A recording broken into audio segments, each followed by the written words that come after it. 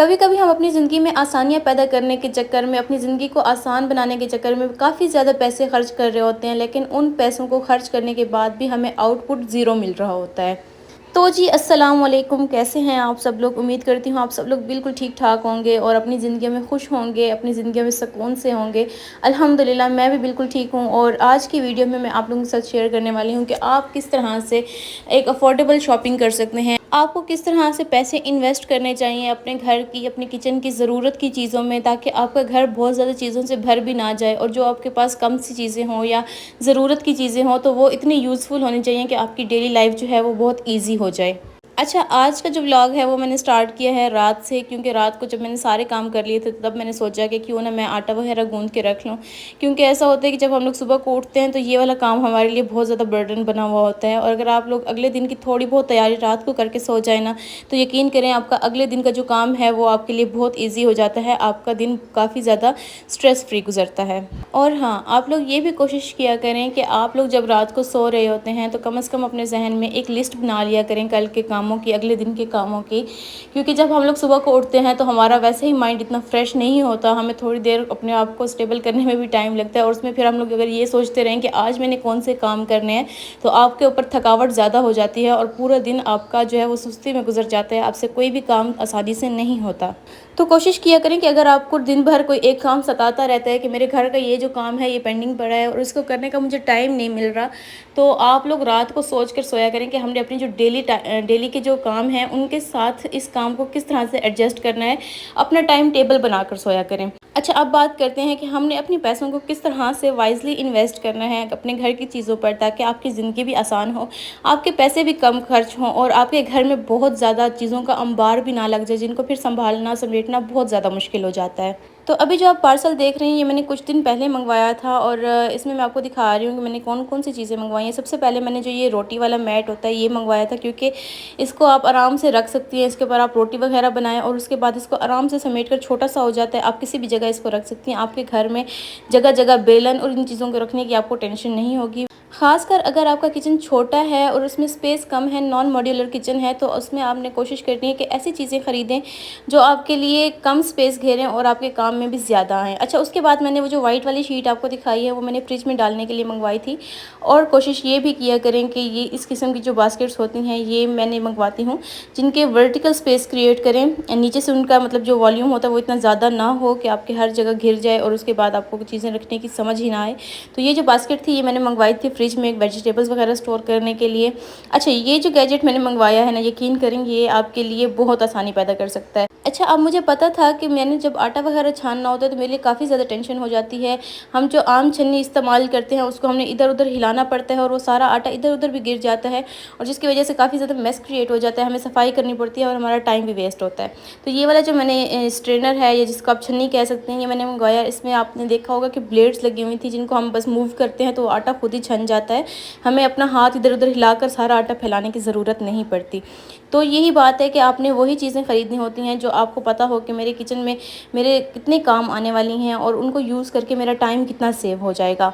अच्छा, जो अगली चीज़ मैंने मंगवाई थी वो थी ये वाली स्टिकर शीट। मेरा फर्नीचर जो है उसके जो हमारी ड्रेसिंग टेबल होती है उसका टॉप जो होता है और साइड टेबल्स का टॉप जो होता है वो काफ़ी ज़्यादा रफ़ हो जाता है बार बार, और उसको बार बार पॉलिश करना भी इतना कोई ईजी काम नहीं होता। तो उनके ऊपर लगाने के लिए मैंने ये शीट मंगवाई थी, ताकि जब मैं डस्टिंग वगैरह करूँ तो वो ईजिली हो जाए और बार बार मुझे निशान पड़ने की भी टेंशन ना हो।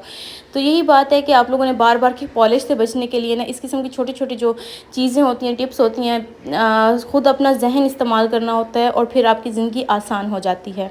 अच्छा, मैं ना अभी रिसेंटली किचन का मेकओवर करने का सोच रही थी, और मेरे पास ना स्पेस का काफ़ी ज़्यादा इशू है, क्योंकि मेरा किचन नॉन मॉड्यूलर किचन है और इसमें कैबिनेट्स वगैरह कुछ भी नहीं बना हुआ। तो मेरे लिए जो काफ़ी ज़्यादा कंटेनर्स इकट्ठे हो जाते हैं उनको समेटना, उनको अपनी अपनी जगह पर एडजस्ट करके रखना वो काफ़ी ज़्यादा मुश्किल हो जाता है, क्योंकि फिर मुझे स्पेस का बहुत ज़्यादा इशू होता है और फिर मैं परेशान होती रहती हूँ कि पता नहीं मैं अब इनको कहाँ रखूँ कहाँ ना रखूँ। तो उसके लिए मैंने मंगवाया है ये 3 in 1 वाला जो आप कंटेनर देख रहे हैं। इसमें आपके पास 3 पोर्शंस बने हुए होते हैं। आप तीनों में अलग-अलग किस्म की दालें वगैरह स्टोर कर सकते हैं। और ये देखें बहुत ही उसने वर्टिकल सी स्पेस उसने घेरी होती है, तो आपके किचन में जो है वो स्पेस कम नहीं होगी, आपके लिए चीज़ें रखने की काफ़ी ज़्यादा जगह जो है वो बच जाएगी। अच्छा, उसके बाद जो सबसे ज़्यादा मुझे आइटम पसंद आई है, जो मैंने मंगवाई है, वो था ये वाला चॉपर। यकीन करें, जब मैंने जल्दी-जल्दी में कुछ बनाना होता है ना, और मुझे आधे से ज़्यादा टाइम सब्ज़ियाँ कट करने में लगता है, तो मुझे काफ़ी ज़्यादा दुःख होता है। मैं कहती हूँ काश मेरे पास कोई ऐसा गैजेट आ जाए जिससे मैंने जल्दी-जल्दी से सब्ज़ियाँ चॉप कर लूँ, कट कर लूँ। क्योंकि जब आपके पास ये जूसर वगैरह चॉपर तो होता है, लेकिन उसको फिर निकालना, लगाना, वो टाइम ज़्यादा स्पेंड हो जाता है आपके पास।